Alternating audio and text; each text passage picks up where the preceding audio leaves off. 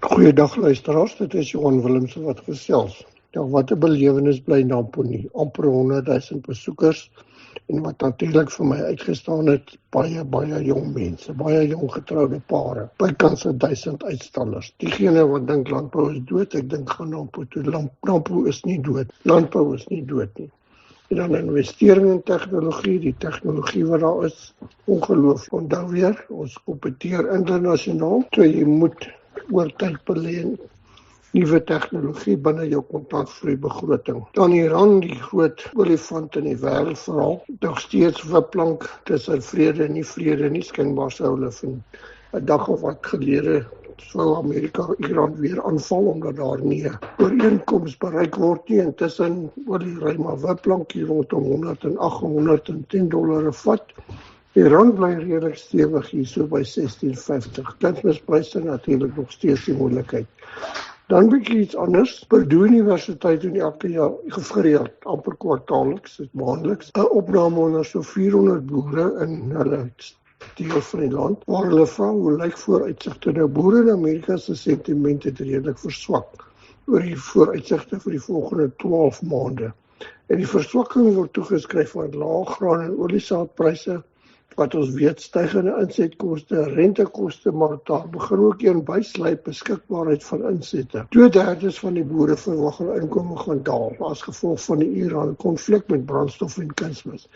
So is nie net by ons waar daar groot druk is nie, dis ook in Amerika. In Suid-Afrika het ek 'n opname gedoen onder so bykans 200 landbouekonome, finansiële raadgewers in my maand vroeg Mei, en ons doen dit gewoonlik so kwartaalliks. Nou die resultate bevestig wat die Landbouunie en Vrystaat Landbou en ander sê, dit gaan nie goed nie. Nou onthou nou, hierdie is mense wat in die finansiële en landbouekonomie wêreld werk, en hulle sien wat gebeur en wat gaan met boere aan. En ek gee vir julle die grafieke, gaan nou die vrae behandel. Maar ek dink belangrik ook, die groot debat wat 'n kop uitsteek in die wêreld is, hoe lank gaan dit duur voor hierdie probleme met kunsmis en brandstof gaan lei tot laer graanproduksie, veral in sekere ontwikkelende lande, met klein boere, en wanneer gaan dit pryse begin opstoot. So 'n bietjie oor die volgende 12 maande. 88, julle sal sien in die grafiek, 88% van die respondente verwag dat landbouekonomiese vooruitsigte gaan verswak in die volgende 12 maande. Nou ek moet sê die balans wat positief is die vrugte-uitvoerbedrywe wat ek nie vandag vir julle wys nie, waar dit besonder goed gaan, maar die graanbedrywe en die veebedrywe lyk nie positief nie. Natuurlik kunsmis, brandstofkostes, rentekoste en dan die verwagte Super El Niño speel alles 'n rol op die toekomsverwagting. Dan op die vraag, resultaat, wat sien julle gaan die winsmarges in die landbou gebeur die volgende jaar? 62% voorsien dit gaan verswak. Net 10% dink dit gaan beter word, en dis weer hoofsaaklik die vrugte-uitvoerbedrywe waar dit regtig die vooruitsigte die laaste 2 jaar altyd positief is. Dan op die vraag, verwag julle dat biosekuriteit risiko gaan toeneem? Het 57% van die respondente gesê hulle verwag dit gaan toeneem. Slegs 29% het gesê dit gaan beter word. So ons is nog steeds, ons weet die probleem is by verre nie opgelos nie. Inteendeel, dit lyk by hy kry nou nuwe stoom met nuwe besmettings wat gebeur. En dan die vraag wat ons seker kon verwag het. Het julle vertroue in die ministerie van Landbou? Dink julle vertroue in die ministerie van Landbou gaan verbeter in die volgende 12 maande? 63% se mening was dit gaan verswak. En dan die sjokker, soos die Engelsman sal sê, daar was nie een respondent wat die vertroue gehad het om te sê hulle gaan die ministerie beter vertrou in die volgende 12 maande nie. Nou, ek dink dit bevestig maar net wat ons weet. So belangrik, onthou, ons is in 'n daalsiklus, ons praat baie daaroor. Die belangrikste is, jy moet jou boerdery bestuur om deur hierdie onderste draaipunt te kom. Want hy gaan omdraai, daar is reeds tekens daarvan. Voorstelle ook van baie ekonome in Amerika, die eerste is, probeer jou kontantvloei bestuur. Sorg dat jy liquide reserves het.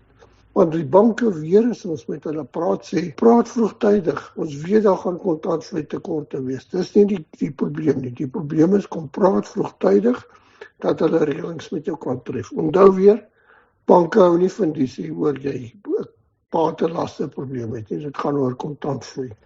En dan ook pas maar aan, soos die markte verander, struktuurveranderinge, dit is voortdurende aanpassing, en dan natuurlik nou weer die ou stories, soos die kunsmis en die brandstof duurder word, moet jy na nuwe planne kyk om by te bly.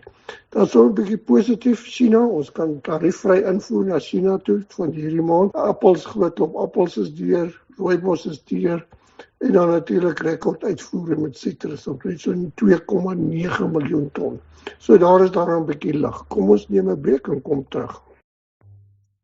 Waarom gee jy nie vir skadegenade die geleentheid om na jou versekeringsportefeulje te kyk nie? Want met die innoverende produkte wat ons jou kan aanbied, mag jy dalk soos vele van ons tevrede kliënte groot besparings geniet. En dit terwyl die dekking onveranderd bly. Of dalk selfs verbeter. Hoekom nie? Skakel sommer nou 083-630-8306 of jou naaste skadegenade agent. Skadegenade is 'n finansiële diensteverskaffer met lisensienommer 51779 en steeds die beter manier om jou risiko te bestuur. Welkom terug luisteraars na die advertensiebreek en natuurlik weer baie dankie aan Skadegenade. Ek wil weer sê, praat asseblief met hulle, jy sal verbaas wees wat jy kan spaar in hierdie tye, kontantvloei besparings waar jy kan.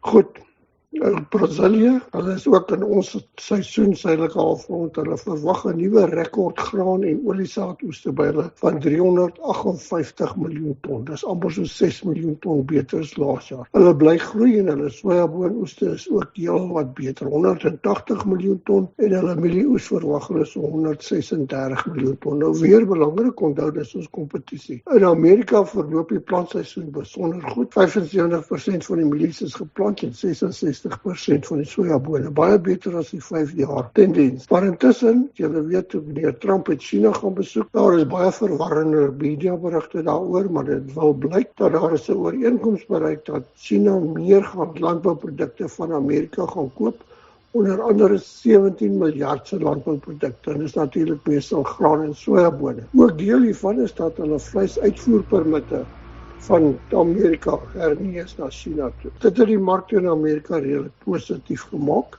Pryse 'n bietjie opgestoot, Safex nie veel nie, onthou nou ons net maar druk. R3.400 'n ton vir wit mielies, hy beweeg sywaarts. Geel mielies ook so meestal sywaarts, R3.500. Baie min mielies is gestroop, 400.000 ton. 60% stadiger as die 3 jaar gemiddeld. En dan is daar ook nou natuurlik weer Zimbabwe, wat onthou aan die loop van die jare 'n belangrike mark vir ons is, dat hulle invoertarief stel van so $40 'n ton om hulle boere te beskerm tydens die oesseisoen. En natuurlik dat die binnelandse verbruikers alles opneem voor daar ingevoer word. So by sojabone ook redelik optimisties in Amerika. Daar is China het gesê hulle gaan aanvanklik 12 miljoen sojabone koop en oor die volgende 3 jaar, elke jaar so 25 miljoen ton. So dit het die pryse 'n bietjie opgestoot in Amerika. Sal maar moet sien of dit realiseer. By ons redelik gestroop, so 1,3 miljoen ton van die 2,7 miljoen ton verwagting is gelewer. Die prys hang net so onder die R7.000 'n ton rond. Safex stroopproses van sonneblom loop ook baie goed, hier rondom 500.000 ton van die verwagte oes van 820.000 ton. Soos maar altyd hierdie tyd as 'n lewerings plaasvind, pryse 'n bietjie onder druk, 8.750.